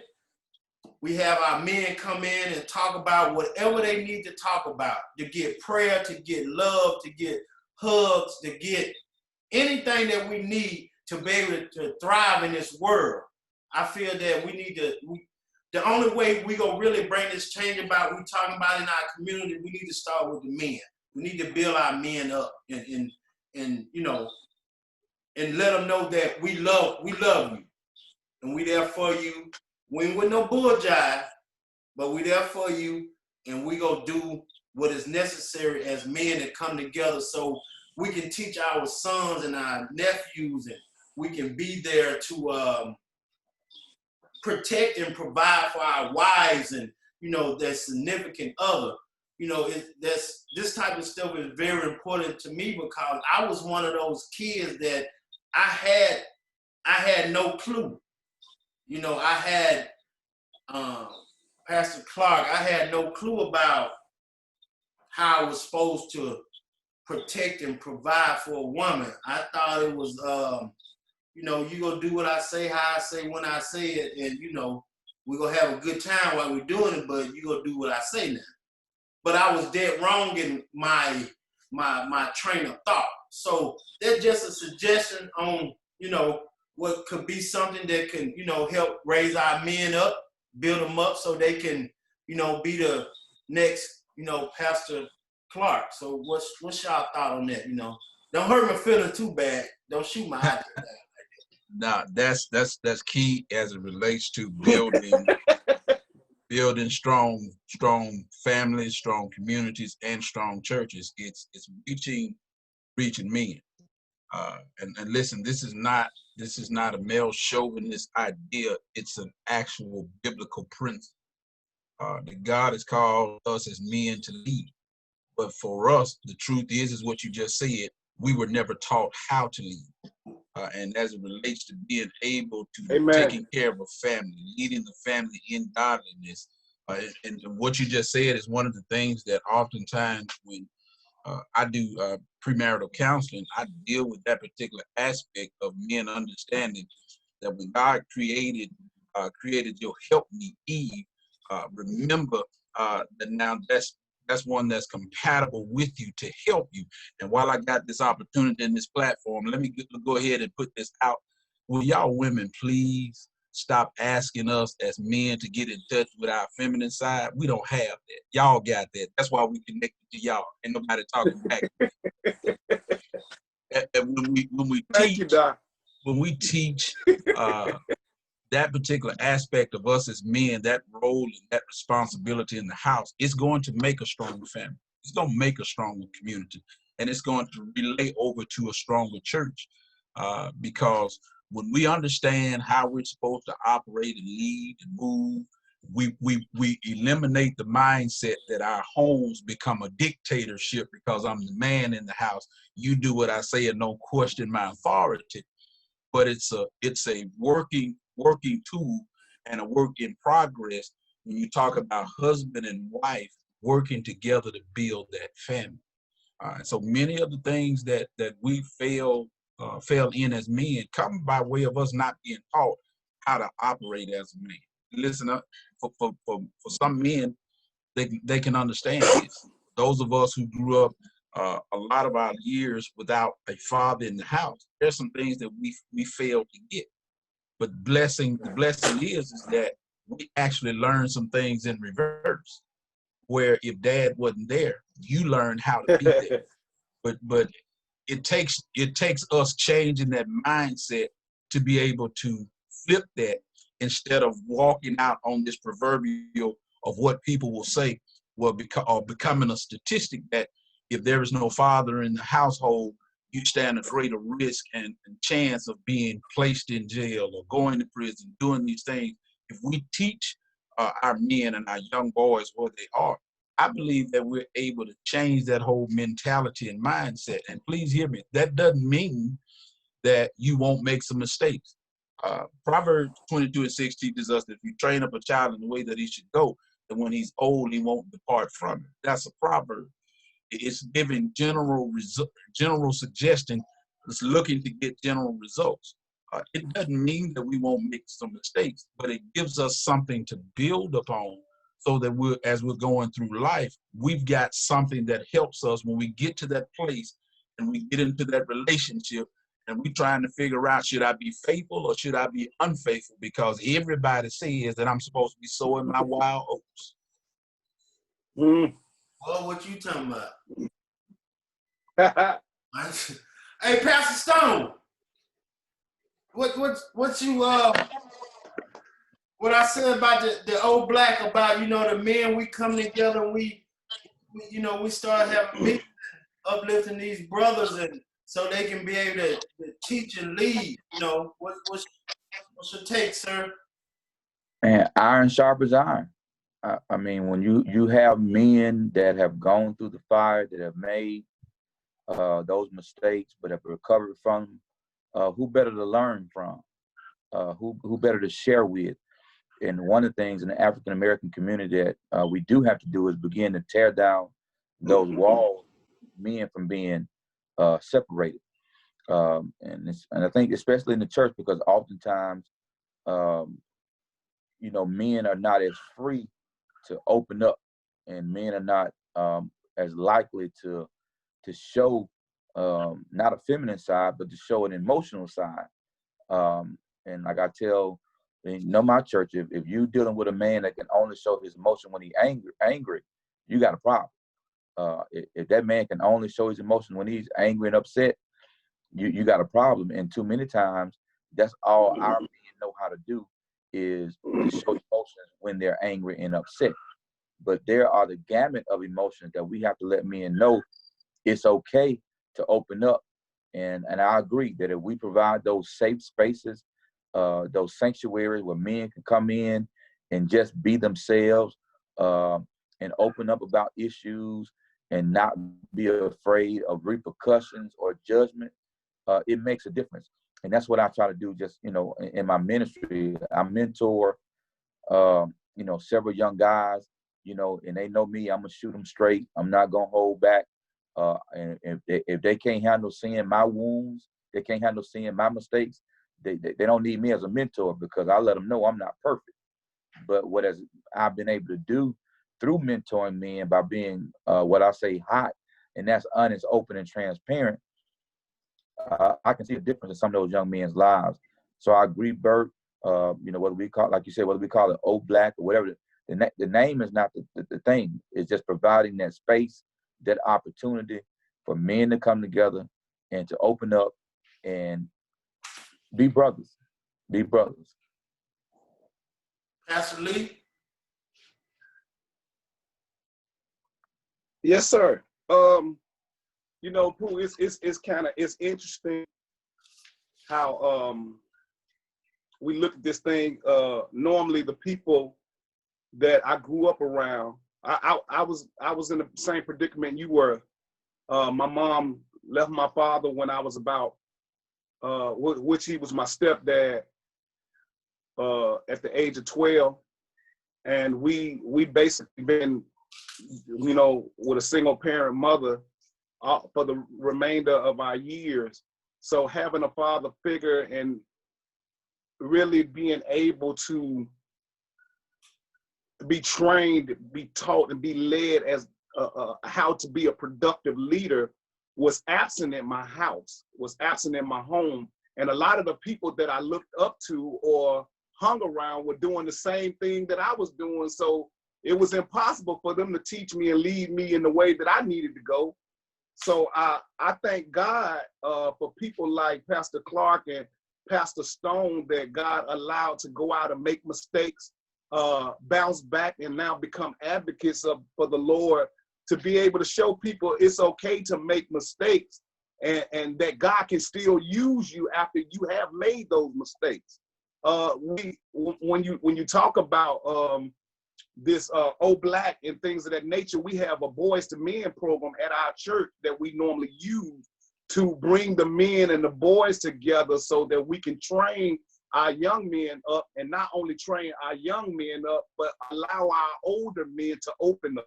So some of the things that you mentioned on this list, we are basically doing, but not doing on a broader stage. I really appreciate what you have brought to the table, because it's something that's very productive, man. We try to use what God has allowed us to go through as pastors that have made it over as a platform to give application and illustration to our people, man, showing them that you can still do it. If God did it with us, we made all the mistakes in the world.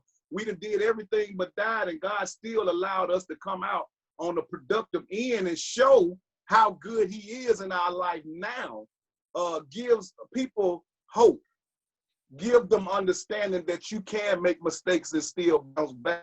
So I really like what you presented, and it's some good stuff in what you presented, and we are doing some of those things, but thank you for putting it out there, man. I like the idea.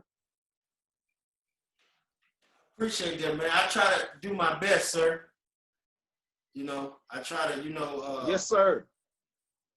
I got two more questions before we get ready to wrap it up.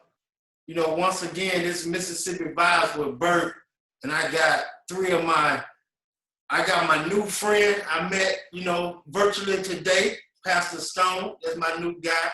We rolling. I got my partner from 1990 until now. I took regardless of what goes on in life, we can always come back and find each other number and talk and show each other love. And I can tell Pastor Clark, Pastor Stone, yeah, that when Pastor Lee, came over to y'all side, and I told him this story before. I was like, I don't know, I can call him no more. I don't know, I don't know, Pastor Stone, I'm still riding that fence over here. But he always, when he see me, he give me a hug and, and we talk, and I just knew that, it was all good, and, I get the cuss and he tell me, it's okay, brother.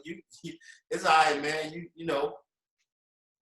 And find out today talking to my let it out. Right. Talking to my older brother, B, me and Pastor Clark, we actually family from granddad and some, I don't know, man. So I just know we family. So it's all good. The Clark side is my mama's side. So many of them do. I didn't have the chance in life, to hang out with that side a lot. So, but I understand, trust me. Pastor Clark, we're getting ready to wrap this up. Pastor Clark, go back to, I have 2 questions I want to ask. What has to be done to get our younger generation back into the churches? One of the things that we have to do is we've got to be intentional in not being traditional. Here's what I mean by that. We have to understand and realize that we live in this age now that there's a generation that's called the unchurched. That's those who did not grow up in church. But we must understand we still have the same goal, and that is to please Jesus Christ. Every individual that is a part of the body of Christ should, and is supposed to accept Jesus Christ as Lord and Savior. But the truth of the matter is, we're not all going to have the same Jesus experience. We have an age now that didn't grow up on Mahalia Jackson and many of the great gospel artists. And so when we talk about a generation now who's drawn in by Kirk Franklin or drawn in by Lecrae, these are some artists that are called contemporary gospel or hip hop gospel artists. We gotta be sensitive to the fact of they have their experience with Jesus Christ. But here is the thing that we're all drawn to is Jesus himself. The gospel doesn't change. It just changes the way that we share the gospel. Many of us, myself, we grew up in the traditional sense where every message that the preacher preached, he almost ended up in a hoop in what is called in the preaching realm. There are many of us, like myself, we don't have a hoop. And so we're able to bring understanding to the word. So literally what we have to do is be willing to meet the people what they are. And many people in the church are afraid to be dirty. And I'll say it, many pastors who are called to be shepherds don't want to smell like sheep. There is no way that you can be a shepherd and not smell like the sheep that you lead. Pastor Stone?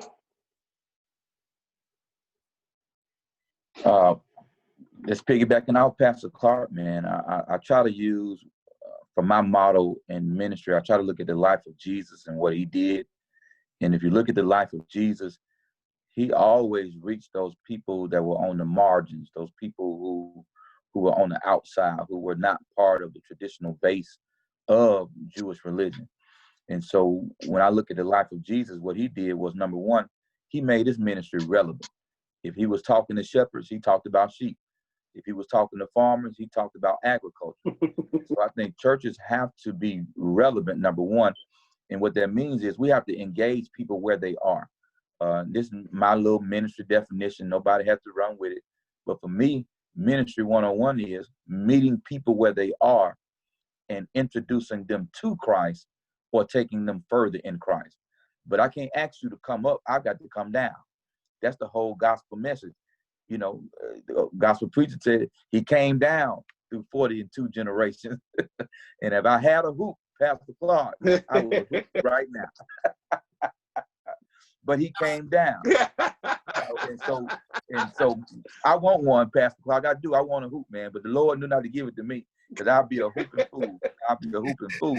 And look, let's not get it twisted, because when people hear you say that, people want to say, well, you hating because you can't do it. No, I love it's in the South. It's called when you hear Southern people say, "Good meat make its own gravy." Yes, sir. I love to hear it, but the thing is, my motto is, tell me something before you start celebrating. Y'all ain't Yes, sir. talking back to me. Hey, you hooping right there. Here's the thing: you have people who are, you have people that are sitting in the pews, and just like myself coming up, when you're being told this is what this says, but okay, how do I apply this to my life? And what Pastor Stone just said, making it relevant. The Bible was written years before we came on the scene to preach. Yeah. But the challenge that we have now is taking what is difficult and give to those who don't understand it and help them to be able to chew it and then digest it so that at the right time they can regurgitate. So we got to be willing to make this word of God come alive for individuals, and Yeah. that for each and every one of us that are here tonight. It came alive for us in order for us to be burning on the inside, that we got a Jeremiah spirit, because we all said at one point, I ain't saying another word for the Lord. And it's been like fire shut up in my bone. I can't hold it. I can't keep it to myself. All right, preacher. But and that's the thing. Again, we have to have. I don't know how you get these three preachers on here, Bert. Man, you know we like to go now. But I'm gonna say this and I move on because I know we're trying to close out. Ministry, we're gonna, young people, and thank God that my ministry has been able to reach young people and young adults there at Second Baptist Church, and I think the big part of it is, again, being relevant. Then you have to have a relationship. I can't be so standoffish where I can't be touched. So there has to be a relationship. And then lastly, there has to be some rigor. And what I mean by that is, if you're going to change, you got to be challenged. And so my preaching and teaching, if it only makes you comfortable, I'm not doing what I'm supposed to do. That you shouldn't leave every service on cloud nine. Sometimes you need to leave thinking about, who am I and what am I doing? And so for me, from young to old, that if we make our ministries relevant, we build those relationships, and we provide the rigor, young people will come. Because, and I know that the two brothers on here, they don't have a problem reaching young people because that's what they do in their ministry. They're relevant. They build relationships. You can touch a Pastor Clark. You can touch a Pastor Lee. And what I mean by touch is that, you can feel them. They will get on your level. They will relate to you on your level. And both of them are two smart brothers. They couldn't do what they do without their intelligence, but they don't put themselves on a pedestal. They allow themselves to be reached by their people. So again, relevance, relationship, and rigor.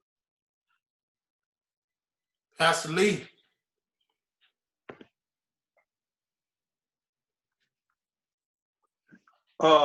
Pastor Stone, I love what you just said. You and Pastor Clark hit it right on the head. I just want to piggyback on what they said real quick. Pooh, is we have to understand that we're dealing with the new millennium, man, and the new millennium does not look like the old long dress wearing, gator boot wearing, old fashioned suit wearing. The new millennial is going to come in there, and I'm kind of glad I got the best of both worlds, because I had a grandmother that could sing a hymn to you, and I still don't know who sung those hymns, because I was still connected to the streets where I got tattooed, where I can relate to some of the young folks just like you can, Pooh. And it makes me understand something that Pastor Brand said to me a long time ago. He said, if you can't teach, and you can't learn the way I teach, I'll teach the way you can learn. He said, people don't care what you say until they know that you care. So what Pastor Stone said about building relationship is the key to this new generation. They have to know that you really care enough about who they are before you're able to get underneath them to give them direction. That's the key to anything. Anybody that know that you care or love them, they'll listen to you. It's just that simple. And I don't want to have to build anything up, make it so major or shoot this thing off at the end with fireworks. It's just about building relationships. Like Pastor Stone said, once they understand that you care about them, you can basically tell them anything, man. They'll listen to you. And I'm very transparent. So that's the key to it, Pooh. We bring them in, let them know we love on them. And then if you start to love on them and show them that you're not going to be judgmental about where they come from or where they headed, you can talk to them. Appreciate that, man. I'm going to read this, then we're going to have some closing remarks. Then we're going to get out of there and we go. I'm going to read something to y'all. You know, we can't be handcuffed and put in a police car unless we die. We can't go bird watching in Central Park. We can't go jogging. We can't relax in the comfort of our own homes. We can't ask for help after being in a car crash. We can't have a cell phone. We can't leave a party to get to safety. We can't play loud music. We can't sell CDs. We can't sleep. We can't walk from the corner store. We can't play cops and robbers. We can't go to church. We can't walk home with Skittles. We can't hold a hairbrush while leaving our own bachelor party. We can't party on New Year's. We can't get a normal traffic ticket. We can't lawfully carry a weapon. We can't break down on a public road with car problems. We can't shop at Walmart. We can't have a disabled vehicle. We can't read a book in our own car. We can't be a 10-year-old walking with our grandfather. We can't decorate for a party. We can't ask a cop for a question. We can't cash our check in peace. We can't take out our wallet. We can't run. We can't breathe. We can't live. We should be tired of making them hashtags, huh? Everything I just read was a hashtag that was made for a black male, female, or a child that got killed by a police officer. I want to say this in my closing remark, Bert. As a black man, I feel all of that.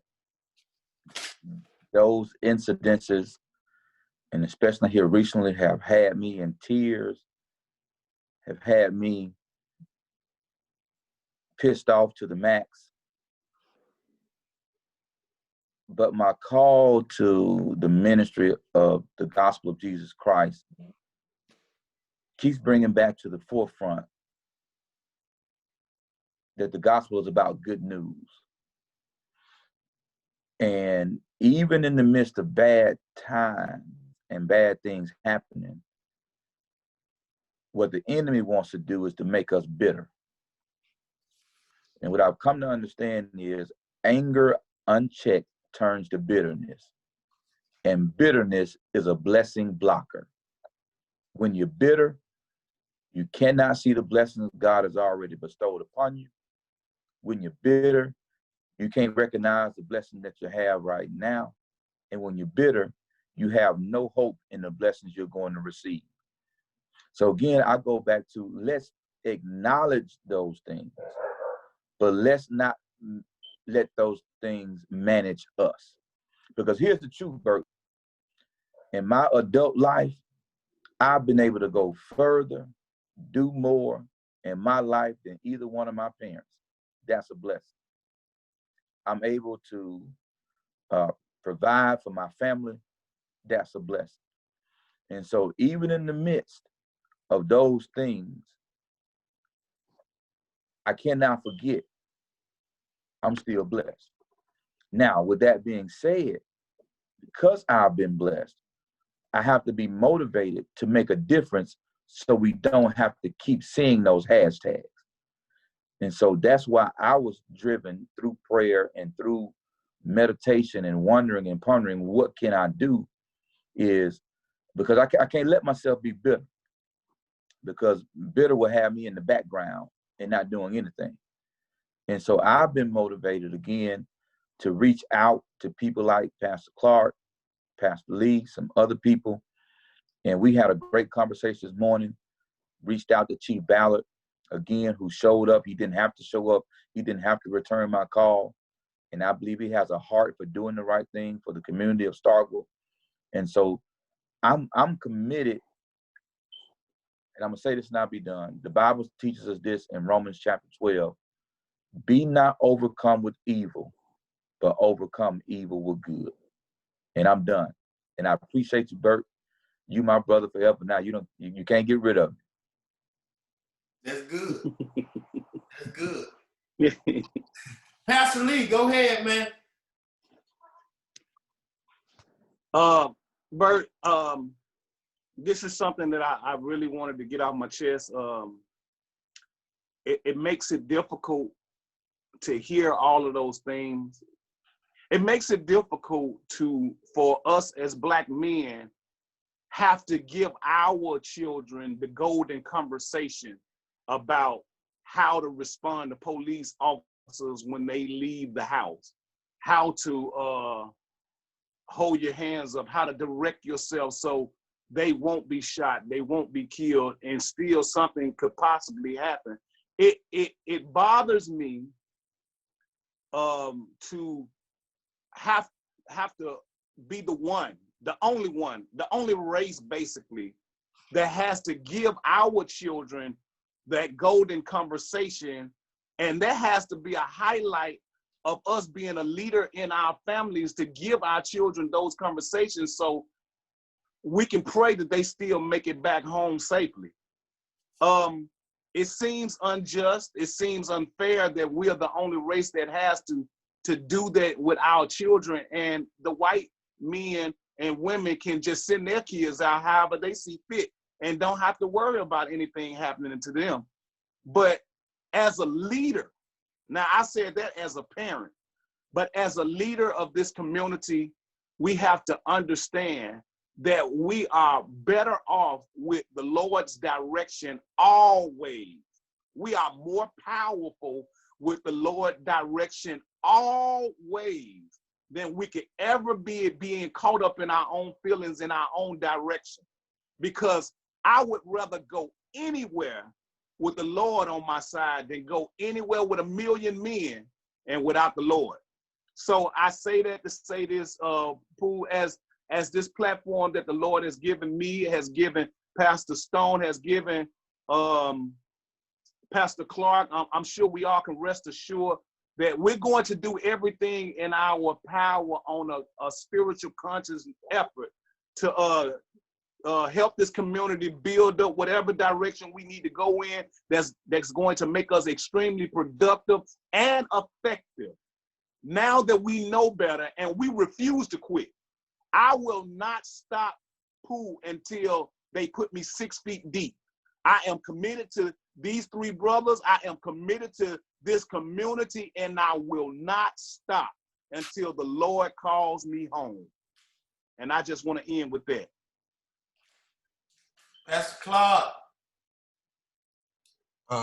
As we've been looking at this all week, there has been this that has been ringing in my ears all week, and this is what Proverbs 29:17 says: where there is no revelation, people cast off restraint, but happy is he who keeps the law.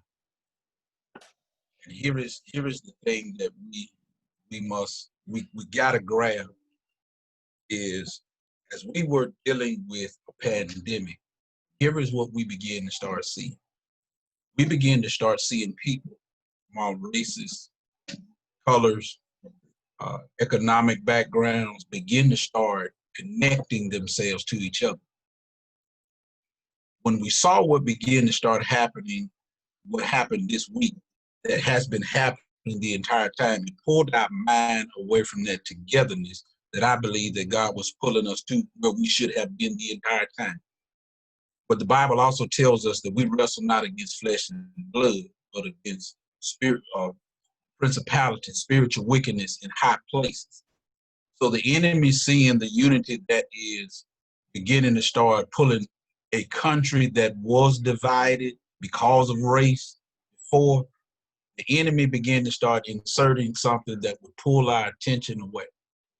And here is what we gotta make sure that we understand, that it's the enemy's intent to kill, to steal, and to destroy what God is doing even in this time, where we have been seeing people come together, that the enemy does not want that together. Because the Bible also says that where the Spirit of the Lord is, there is liberty, there is freedom. And we begin to start seeing people from all races and from everywhere begin to start pulling together and helping one another. And the enemy is trying to destroy that. And when we consider where we are, we've got to realize and remember that it's the enemy trying to pull us to a place of wanting to hate each other, of wanting not to be able to work together, whether it's black, whether it's white, whether it's male, or whether it's female. That's the enemy's plan, to have us fighting, to have us bickering with each other, that we're not allowing God's direction, as Pastor Lita said, of God's direction leading us so that we're able to give him glory. That's what we're supposed to be doing in this time. That's where it pushes us as leaders, as spiritual leaders and leaders in the community, to be a voice of reason. Yes, we can stand up and fight, but let's fight the right way. Yes, we can stand up and protest, but let's protest in a way that it opens the ears of everybody that's involved. Because it's not just black that is involved, it's whites that are involved as well. That there are other races that are on the outskirts of this black-white issue, that when we begin to start pulling our hearts and our minds together to be in a place that God gets glory in how we operate with one another, we're able to see what heaven is supposed to look like and what heaven is going to look like. Because it's not just going to be black people in heaven. It's not just going to be white people in heaven. It's not just going to be Baptist people in heaven. They're going to be people who believe and who trust in Jesus Christ, from all nations, all tongues, and all languages that are going to be in heaven. And that's how we're supposed to be living in this day and time in the earth, pulling each other together, loving on each other, and helping every one of us be able to walk in the glory and the beautiness of God's holiness. So that's what we are, of understanding and knowing that this is a spiritual battle. The enemy is trying to win out, and we cannot let our guard down. We have to continue with the clarion call of sharing with people that there is hope in Jesus Christ. Wow. Hey, it's been a great run, people. Pastor Clark, Pastor Lee, Pastor Stone, I also like to thank y'all first ladies and kids for, allowing me and us to, take 2 hours and 22 minutes out of y'all day to bless us with the word and the knowledge and the understanding of where we at right now. Pastor Lee, I think you need to tell First Lady you need a light on. Can't see you. Hey, my bad. I'm back here fanning the horsefly. Oh, hey, man, I want to thank y'all. Tomorrow at 5:30, be at Second Baptist Church. Pastor Stone, Pastor Lee, Pastor Clark, Pastor Tucker, other leaders will be there with Representative Taylor, the police chief, and other leaders in our community to teach us and to equip us with the necessary tools. Thank you, First Lady. To equip us get us prepared for what possibly could be down the road. So Pastor Stone, I want to commend you for opening up your church so we can have that meeting in our community, and Pastor Clark and Lee willingness to, stand right there. Join forces. So, hey man, I had a great time. I don't know, whenever I come home, I will come and visit. If you need, I can come home and, hit the streets to do whatever that's necessary. That's my comfort zone, or I still got, as Pastor Clark said, I still got some of them suits and them gator shoes too now. I can,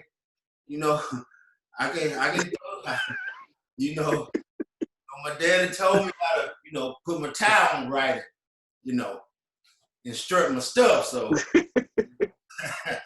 hey man, I love y'all brothers, man. Whoever, it doesn't matter whichever one of y'all three generals want to lead us out in prayer, and we'll end it on that note. And hey, whoever want to do it, take us home, man. God, we're thankful for who you are and all that you have done.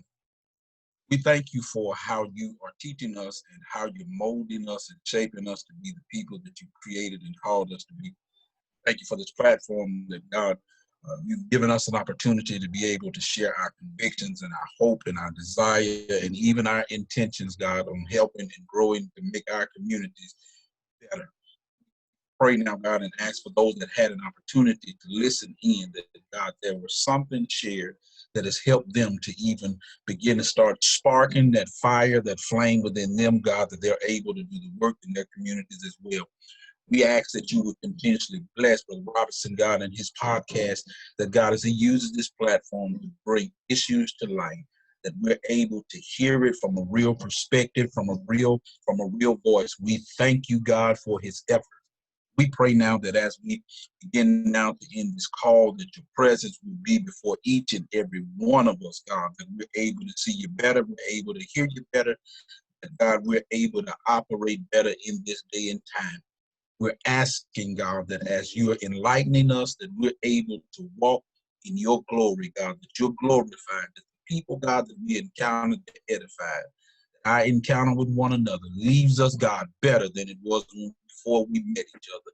We thank you in advance for the manifestation, those things that you're about to bring out of this, even though we cannot see, God, what you're about to do. We thank you in advance for the manifestation of what you're about to bring for your glory. In Jesus' name we pray, amen. Amen.